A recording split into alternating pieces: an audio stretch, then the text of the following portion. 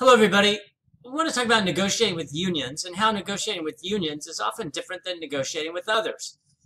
Well, unions are created for a number of reasons, and one of the more prominent is to obtain greater salary and benefits for its members. For those reasons, negotiations and negotiating tends to play a larger role in union and management relations.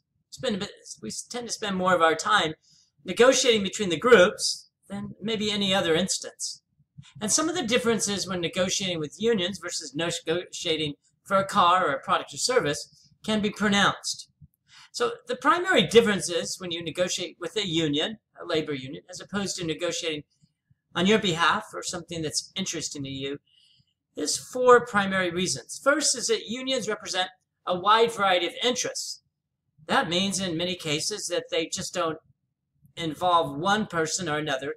They involve many different people. And many people have different perspectives as well. So you have to figure out what their perspectives are and then try as best you can to negotiate for all of those individuals. Second is that unions are paid to negotiate.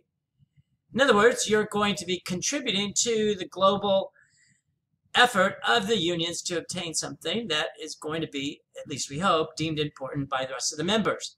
So we pay people to negotiate on our behalf. That's their full-time job.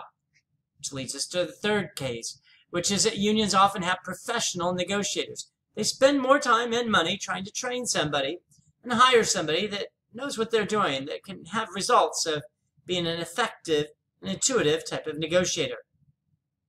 Lastly, unions tend to develop and negotiate over the longer term. It's not what we call a one-shot dilemma or one-shot effort, which means that you negotiate for one product at one time. There may be many years in between before you negotiate again. With unions, you tend to develop, you hope, a relationship that's going to last over a period of time.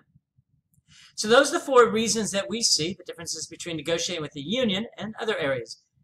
Once you know these differences, you can better plan accordingly. But we do have to understand how it's different negotiating with unions and negotiating for ourselves or for just a couple people. Those four, again, are that unions represent a wide variety of interests.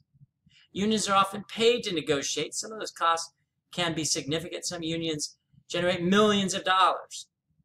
Third is that unions often have professional negotiators, those that certainly understand the process and understand the motivations and personalities of those negotiating. And lastly, unions tend to negotiate for a number of years.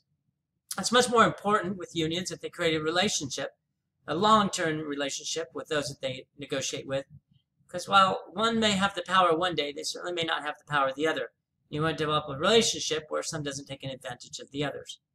Those are the four reasons. Everybody enjoy the day.